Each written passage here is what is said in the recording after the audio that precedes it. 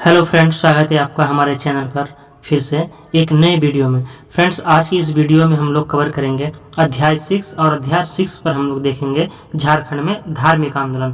तो फ्रेंड्स, झारखंड में धार्मिक आंदोलन की बात करें तो झारखंड में जो है धार्मिक आंदोलन का दो प्रभाव देखने को मिलता है। पहला है जैन धर्म और दूसरा है बौद्ध धर्म। तो जो दो प्रभाव है झारखंड में धार्मिक आंदोलन के, जैन धर्म और बौद्ध धर्म, इन्हीं के बारे में क्लास को देखेंगे। तो वह बौद्ध तथा जैन धर्म का झारखंड राज्य पर गहरा प्रभाव परिलक्षित होता है। झारखंड राज्य पर जो है बौद्ध धर्म तथा जैन धर्म दोनों का गहरा प्रभाव परिलक्षित होता है। जैन धर्म की बात करें तो जैन ग्रंथों में भगवान महावीर के लोरे ये यदगा की यात्रा का संदर्भ है, जिसका मुंडारी में अर्थ आंसुओं की नदी होता है। तो फ्रेंड्स, ये जो सवाल है कि आंसुओं की नदी जो है क्या है, तो लोरे यदगा के नाम से जाना जाता है। लोरे यदगा के नाम से किसे जाना जाता है, तो आंसुओं की नदी। एग्जाम पे आया हुआ सवाल है। तो यहाँ पर आपको ध्यान देना है कि जैन ग्रंथों में भगवान महावीर के लोरे यदगा की जो यात्रा का संदर्भ है, इसका मुंडारी में आंसुओं की नदी होता है। तो मुंडारी भाषा में से क्या कहेंगे, जो जैन महावीर का यात्रा का है, आंसुओं की नदी। पारसनाथ पहाड़ी की बात करें तो झारखंड में जो पारसनाथ की पहाड़ी है 1365 मीटर ऊंचाई है और फीट पे बात करें तो 4478 फीट है। यह गिरिडीह जिला में अवस्थित है। पारसनाथ की पहाड़ी कहाँ पर अवस्थित है, गिरिडीह पर जिला पर अवस्थित है। फ्रेंड्स, आपको क्लास को अच्छी तरह से सुन लेना है, देख लेना है, और आप इस क्लास को फ्रेंड्स सुन भी लेते हैं ना, तो आपको अच्छी तरह से ये याद हो जाएंगे और फिर आपके एग्जाम पर सारे सवाल आसानी से हल हो जाएंगे। तो पारसनाथ की पहाड़ी की बात करें तो 1365 मीटर सभी को बताया, लेकिन फ्रेंड्स आपको फीट में भी याद कर लेना है कि 4478 फीट है। यह गिरिडीह जिला में अवस्थित है। यहाँ जैनियों के 23वें तीर्थंकर पार्श्वनाथ का निर्वाण 717 ईसा पूर्व में हुआ था। ये पारसनाथ की पहाड़ी पर निर्वाण प्राप्त करने वाले अंतिम तीर्थंकर थे। बात करें कि पारसनाथ पहाड़ी पर अंतिम निर्वाण करने वाले अंतिम तीर्थंकर, यानी जो सबसे लास्ट में निर्वाण प्राप्त किए वो अंतिम तीर्थंकर कौन थे, तो पार्श्वनाथ थे।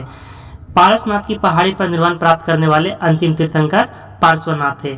जैन धर्म के 24 तीर्थंकरों में से 20 तीर्थंकरों ने इसी पहाड़ी पर निर्वाण प्राप्त किया है। फ्रेंड्स, निर्वाण का मतलब होता है देह त्याग करना, देहावसान। तो निर्वाण का अर्थ हो गया वहां पर मोक्ष प्राप्त किए थे, यानी वहां पर उनकी मृत्यु हुई थी। पारसनाथ में निर्वाण प्राप्त करने वाले तीर्थंकर कौन कौन है, तो अजीतनाथ, संभवनाथ, अभिनंदन नाथ, सुमतिनाथ, पद्म प्रभु, सुपार्श्वनाथ, चंद्र प्रभु, सुविधिनाथ, शीतलनाथ, श्रेयांशनाथ, विमलनाथ, अनंतनाथ, धर्मनाथ, शांतिनाथ, कुंथुनाथ, अर्हनाथ, मल्लीनाथ और मुनि सुव्रतनाथ और नेमिनाथ, और जो अंत में 20वें तीर्थंकर है वो है पार्श्वनाथ। तो फ्रेंड्स, आपको इस ट्रिक से भी याद रख सकते हैं कि जो पारसनाथ में निर्वाण प्राप्त किए हैं जितने भी जैन तीर्थंकर हैं सब में नाथ लगे रहेंगे। फ्रेंड्स, तो ऑप्शन पे हमें दिखाई देंगे, नाथ से भी हम लोग समझ सकते हैं। तो सभी में जो है तीर्थंकर में नाथ लगे हुए, और जो हमारा 20वां तीर्थंकर थे यानी अंतिम तीर्थंकर थे वो पार्श्वनाथ थे। यह पहाड़ जैन धर्मावलंबियों का प्रमुख तीर्थ स्थल है। इसे जैन धर्म का मक्का भी कहा जाता है। तो जैन धर्म का मक्का किसे कहा जाता है, पारसनाथ की पहाड़ी को। पारसनाथ विवाद, यहाँ पर देख सकते हैं फ्रेंड्स क्या विवाद है पारसनाथ के। तो पारसनाथ 20 जैन तीर्थंकरों का निर्वाण स्थल है, अतः प्राचीन काल से ही यह जैन धर्मावलंबियों का तीर्थ स्थल रहा है। पारसनाथ आदिवासी बाहुल क्षेत्र में स्थित है तथा यह आदिवासी समुदाय का भी धार्मिक स्थल है। वर्षों से दोनों समुदाय जैन तथा आदिवासी के लोग यहाँ भाईचारे व सामंजस्य के साथ पूजा अर्चना करते आ रहे हैं, और यहाँ पर जो जैन है और आदिवासी हैं सभी भाईचारे के साथ में पूजा अर्चना करते आ रहे हैं। हाल ही में झारखंड सरकार की सिफारिश पर केंद्रीय पर्यावरण मंत्रालय द्वारा पारसनाथ क्षेत्र को इको सेंसिटिव जोन घोषित किया गया है तथा झारखंड की नई पर्यटन नीति में इसे पर्यटन क्षेत्र घोषित किया गया है। 17 मार्च 2022 को जारी एक अधिसूचना में इस क्षेत्र के लिए इको टूरिज्म शब्द का प्रयोग किए जाने पर विवाद खड़ा हो गया। और जो फ्रेंड्स इस पर विवाद कब खड़ा हुआ है, तो 17 मार्च 2022 को एक जारी अधिसूचना में इस क्षेत्र के लिए जो है इको टूरिज्म शब्द का प्रयोग किए जाने पर विवाद खड़ा हो गया है। जैन समुदाय के लोगों का मानना है कि इस क्षेत्र को पर्यटन क्षेत्र घोषित किए जाने पर यहाँ मांस मदिरा आदि का सेवन होगा, जिससे जैन भावनाएं आहत होगी, अतः इसे धार्मिक क्षेत्र का ही दर्जा दिया जाए। इस विवाद के बाद पर्यावरण मंत्रालय द्वारा जारी अधिसूचना पर रोक लगा दी गई है तथा इसका हल ढूंढने का प्रयास किया जा रहा है। पारसनाथ को प्रसाद योजना, प्रसाद का फुल फॉर्म होता है friends pilgrimage rejuvenation and spiritual heritage में शामिल किया गया है। प्रसाद योजना में शामिल किया गया है पारसनाथ को। छोटा नागपुर का मानभूम जो वर्तमान पे धनबाद को कहते हैं, छोटा नागपुर का मानभूम यानी वर्तमान पे धनबाद, यह जैन सभ्यता व संस्कृति का केंद्र था। यह जैन सभ्यता व संस्कृति का केंद्र था छोटा नागपुर का जो मानभूम क्षेत्र थे। दामोदर व कसाई नदी, तो दामोदर व कसाई नदियों की घाटी से जैन धर्म संबंधी अवशेष प्राप्त हुए। और जो फ्रेंड्स आज का जो हमारा वीडियो है ना, इस क्लास से आपको एग्जाम पर 2 सवाल जरूर देखने को मिलेंगे, क्योंकि सारे जो सवाल है फ्रेंड्स यहाँ पर इंपॉर्टेंट है। तो अगर आपको वीडियो पसंद आएगा फ्रेंड्स तो एक लाइक जरूर कीजिएगा और चैनल में सब्सक्राइब कीजिएगा। छोटा नागपुर का जो मानभूम वर्तमान पे धनबाद, यह जैन सभ्यता व संस्कृति का केंद्र था। दामोदर व कसाई नदी, दामोदर व कसाई नदियों की घाटी से जैन धर्म संबंधी अवशेष प्राप्त हुए हैं। हनुमांड गांव, हनुमांड गांव पलामू में अवस्थित है। हनुमांड गांव जो है यह कहाँ पर अवस्थित है, तो पलामू पर अवस्थित है। यहाँ से जैनियों के कुछ पूजा स्थल प्राप्त हुए हैं। सिंहभूम की बात करें फ्रेंड्स तो सिंहभूम के बेनू सागर से 7वीं शताब्दी की जैन मूर्तियां प्राप्त हुई है। सिंहभूम के आरंभिक निवासी जैन धर्म को मानने वाले थे, जिन्हें सरक कहा जाता था। ये गृहस्थ जैन मतावलंबी थे। सरक जो है फ्रेंड्स श्रावक का बिगड़ा हुआ रूप है।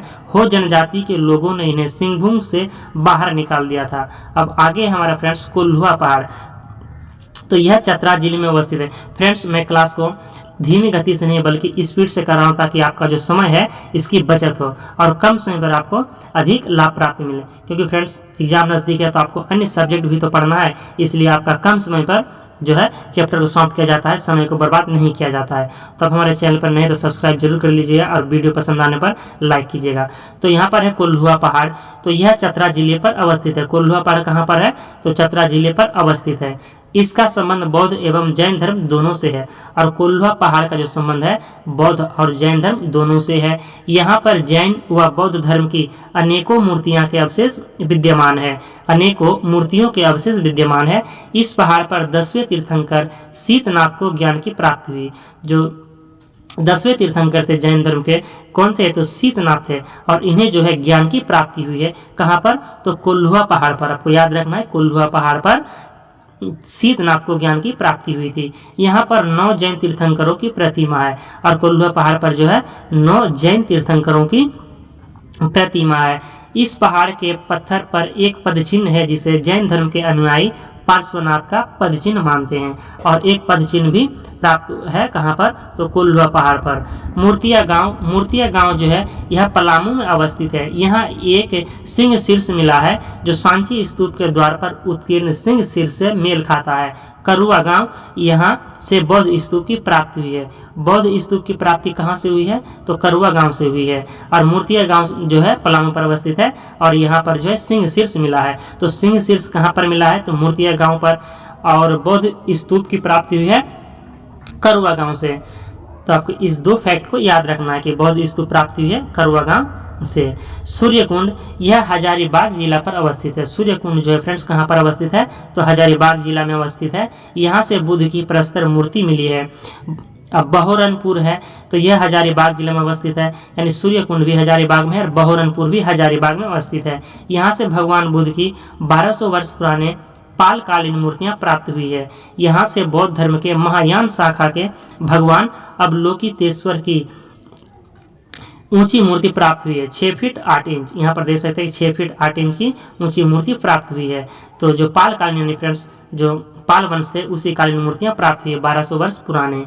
अब है बेलवा दाग। बेलवा दाग जो है यह खूंटी जिला में अवस्थित है। बेलवा दाग कहाँ पर है, खूंटी जिला में अवस्थित है। यहाँ से बौद्ध विहार के अवशेष प्राप्त हुए हैं। बेलवा दाग से बौद्ध विहार के अवशेष प्राप्त हुए हैं।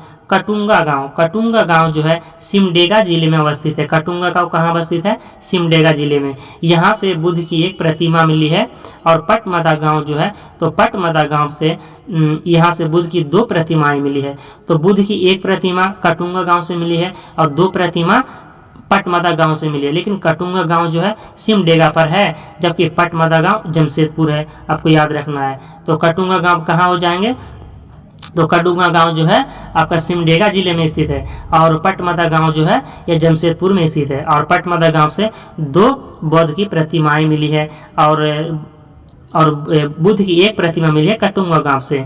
अब दियापुर दालमी जो है धनबाद जिला में अवस्थित है। दियापुर दालमी धनबाद, यहाँ से बौद्ध स्मारक प्राप्त हुए हैं। बुद्धपुर में बुद्धेश्वर मंदिर स्थित है और जो बुद्धेश्वर मंदिर है यह बुद्धपुर में स्थित है। यह बौद्ध स्थल दामोदर नदी के किनारे अवस्थित है। और ये जो बौद्ध स्थल है यह किस नदी के किनारे अवस्थित है? तो दामोदर नदी के किनारे अवस्थित है बुद्धेश्वर मंदिर। घोलमारा कहाँ है फ्रेंड्स? तो धनबाद पर अवस्थित है। यहाँ से जो है प्रस्तर की एक खंडित बुद्ध मूर्ति मिली है। कहाँ से? तो घोलमारा धनबाद से। ईचागढ़, यह सरायकेला खरसावा जिला पर अवस्थित है। ईचागढ़ कहाँ है? सरायकेला खरसावा। फ्रेंड्स एग्जाम पर आपके सीधे तौर पर यह भी पूछ सकते हैं कि ईचागढ़ जो जगह है कहाँ पर अवस्थित है? तो सरायकेला खरसावा पर अवस्थित है। यहाँ से तारा की मूर्ति मिली है जो एक बौद्ध देवी है। तो ईचागढ़ से जो है बौद्ध देवी तारा की मूर्ति मिली है। एग्जाम पर पूछे जाएंगे फ्रेंड्स कि बौद्ध देवी तारा की मूर्ति कहाँ से प्राप्त हुई है? ईचागढ़ से। और ईचागढ़ जो स्थान है, ईचागढ़ जो जगह है फ्रेंड्स वह सरायकेला खरसावा पर है।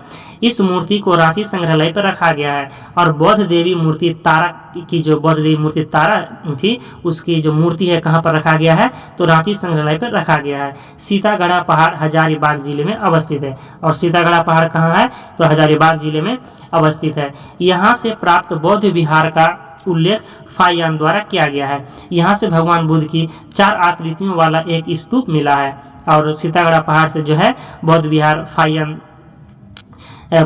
विहार उल्लेख फाहियान द्वारा किया गया। जो यहाँ पर जो है ना सीतागढ़ा पहाड़ जो हजारीबाग पर है, यहाँ से प्राप्त बौद्ध विहार का उल्लेख किया है। तो किसने किया है? तो ये जो फाहियान थे इन्होंने किया है। यहाँ से भगवान बुद्ध की 4 आकृतियों वाला एक स्तूप मिला है।